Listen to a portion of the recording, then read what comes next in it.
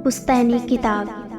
Dear listener, कल आपने सुना कि प्रोफेसर मिश्रा जो कि जैसलमेर पहुंच चुके थे, वहां पर कुछ लोगों से उस पुरानी हवेली के बारे में सुनते हैं और जब वो वहां के बारे में पता करने लगते हैं तो उन्हें एक आदमी से पता चलता है कि वहां पर आत्माओं का वास है।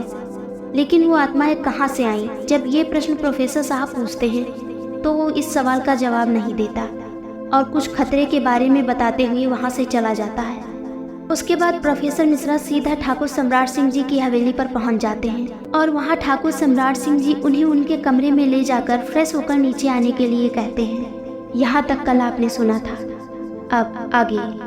प्रोफेसर मिश्रा सौरभ से बात करने के बाद फ्रेश होकर नीचे जाते हैं, जहाँ ठाकुर सम्राट सिंह अपने सोफे पर बैठे हुए फोन पर किसी से कुछ बातें कर रहे थे। जैसे ही ठाकुर साहब की निगाहें प्रोफेसर मिश्रा पर पड़ती हैं, ठाकुर साहब फोन डिस्कनेक्ट करके रख देते हैं।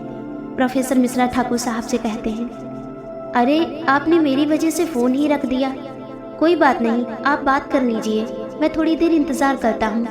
वैसे भी क्या पता आपके लिए बहुत ज़रूरी कॉल हो वो।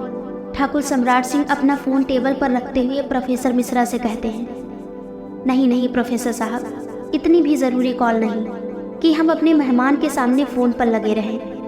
वैसे ये अच्छी बात होती भी नहीं है, हमने तो यही सीखा है। क्यों, सही कहा ना? प्रोफेसर मिश्रा कहते हैं, जी बेशक, बिल्कुल अच्छी बात नहीं होती, लेकिन कभी कभी अगर काम ज़रूरी हो तो वो हमें कर लेना चाहिए। सामने वाले को भी हमें समझना चाहिए। खैर, आप बताएं, आप कैसे हैं? कल ही मिले थे और ऐसा लग रहा है जैसे हम सालों से एक दूसरे को जानते हों और हमें मिले हुए कई साल बीत गए हों और हम मिल ना पाए हों। ठाकुर सम्राट सिंह जी प्रोफेसर मिश्रा की ये बात सुनकर जोर से हंस देते हैं और कहते हैं, हमें भी बिल्कुल आपके जैसी ही फीलिंग आ रही है। वैसे हमें आपसे कुछ ज़रूरी बात करनी थी। आइए बैठिए और नाश्ते के साथ साथ अपनी बातों की शुरुआत करते हैं। प्रोफेसर मिश्रा ठाकुर साहब की बात सुनकर बैठ जाते हैं और चाय का एक कप उठा लेते हैं। प्रोफेसर मिश्रा ठाकुर साहब से कहते हैं, वैसे नाश्ते का समय तो नहीं था अभी, लेकिन सच बोले तो अभी तक मैंने लंच तक नहीं किया है। ठाकुर साहब कहते हैं, अरे हमें माफ़ कीजिएगा, पर हमें आपसे पूछ लेना चाहिए था कि क्या आप नाश्ता करेंगे या फिर सीधा खाना खाएंगे। खैर, हम खाने की टेबल लगवा देते हैं और तब तक आप ये नाश्ता कीजिए। प्रोफेसर मिश्रा कहते हैं, अरे आप तो मेरी बातों को सीरियस ले गए, मैंने तो बस मजाक किया था, खाना नहीं खाऊंगा मैं। एक्चुअली मैं अभी रास्ते में चाय वगैरह पी कर आया हूँ और फिर उसके बाद सीधा यहाँ आ गया। मेरा पेट अभी थोड़ा भरा हुआ है और इस नाश्ते से तो पूरा ही भर जाएगा। ठाकुर सम्राट सिंह जी कहते हैं, रास्ते में चाय क्यों? क्या आपको भरोसा नहीं था कि हमारे यहाँ आपको चाय मिलेगी?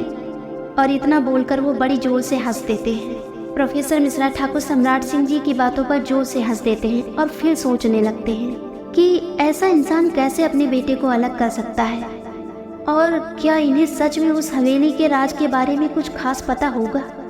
प्रोफेसर मिश्रा ठाकुर साहब से कहते हैं, आप कुछ कह रहे थे कि आपको कुछ पूछना है मुझसे।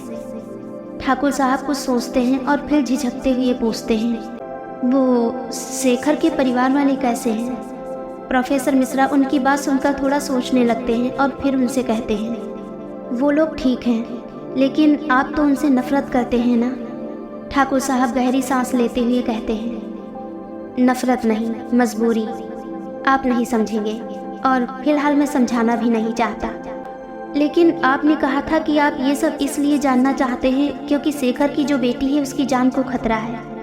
प्रोफेसर मिश्रा ठाकुर साहब की बात सुनकर कहते हैं, उसका नाम सानवी है, बहुत प्यारी बच्ची है वो, लेकिन किसी बुरी शक्ति का प्रभाव है उसके आसपास, जिसकी वजह से उसके साथ बहुत अजीबोगरीब चीज़ें होती हैं और उसको खतरा भी है, और उसके साथ जुड़े हुए तमाम लोगों को भी।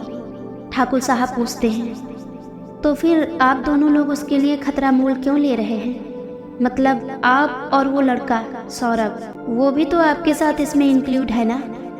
प्रोफेसर मिश्रा ठाकुर साहब को बताते हैं, एक्चुअल में वो इंक्लूड नहीं है, मैं इंक्लूड हूँ, और वो सौरभ ही है जो ये सब पता लगाना चाहता है और सानवी को इस खतरे से बाहर निकालना चाहता है।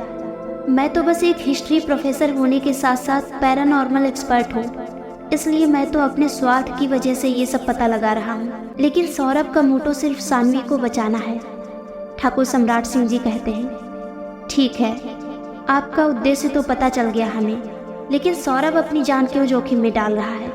प्रोफेसर मिश्रा कहते हैं, क्योंकि ठाकुर साहब, सौरभ और सानवी एक दूसरे से प्यार करते हैं और सौरभ सानवी से शादी भी करना चाहता है, लेकिन ये खतरा जो सानवी के सर पर है, उससे वो सानवी को पूरी तरीके से बाहर निकालना चाहता है। वो नहीं चाहता कि सानवी को कुछ भी नुकसान हो, इसलिए उसने अपनी जिंदगी को भी खतरे में डाला हुआ है। ठाकुर सम्राट सिंह जी प्रोफेसर मिश्रा को बड़े ध्यान से सुनने के बाद कहते हैं, ओह, तो बात ये है, आजकल कहाँ मिलता है ऐसा कोई जो खुद के बारे में भी ना सोचे। प्रोफेसर मिश्रा ठाकुर साहब से कहते हैं, पहले मुझे भी ऐसा ही लगा था जब मेरी मुलाकात सौरभ से पहली दफ़ा कुलधरा में हुई थी। ठाकुर सम्राट सिंह कुलधरा का नाम सुनते ही जैसे चौंक पड़ते हैं। ठाकुर सम्राट सिंह जी कहते हैं, कुलधरा, ये तो श्रापित गांव है ना?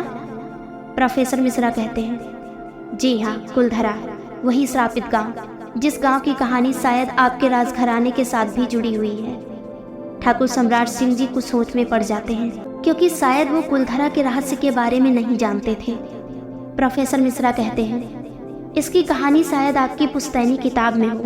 कहाँ है वो किताब? क्योंकि मुझे कोई बात पता चली है, वो सच में सही है या नहीं वो कंफर्म नहीं है, तभी तो मैं यहाँ आया हूँ।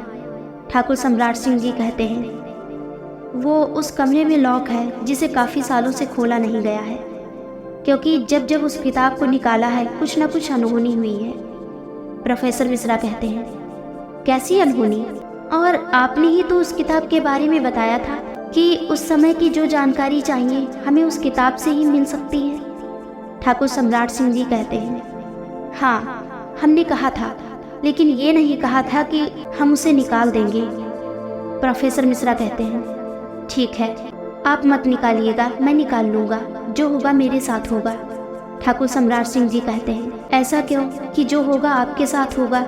अरे हमारे साथ भी होगा, आखिर हमारी भी पोती है वो। हम वो किताब निकालेंगे, लेकिन फ़िलहाल तो आप नाश्ता कीजिए, और आपके लिए बस खाना लग ही रहा है, उसके बाद लंच करेंगे।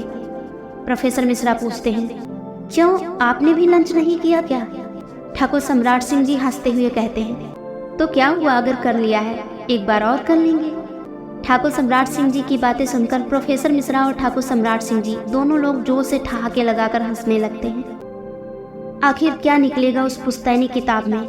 ठाकुर सम्राट सिंह जी ने इतने सालों में आज अपने बेटे शेखर की फैमिली के बारे में पूछा। आखिर क्या कारण था कि उन्होंने अपने बेटे को अलग किया? उन्होंने प्रोफेसर साहब से ऐसा क्यों कहा कि कारण आप नहीं समझ पाएंगे? उस पुरानी हवेली में कहाँ से आई आखिर आत्माएं?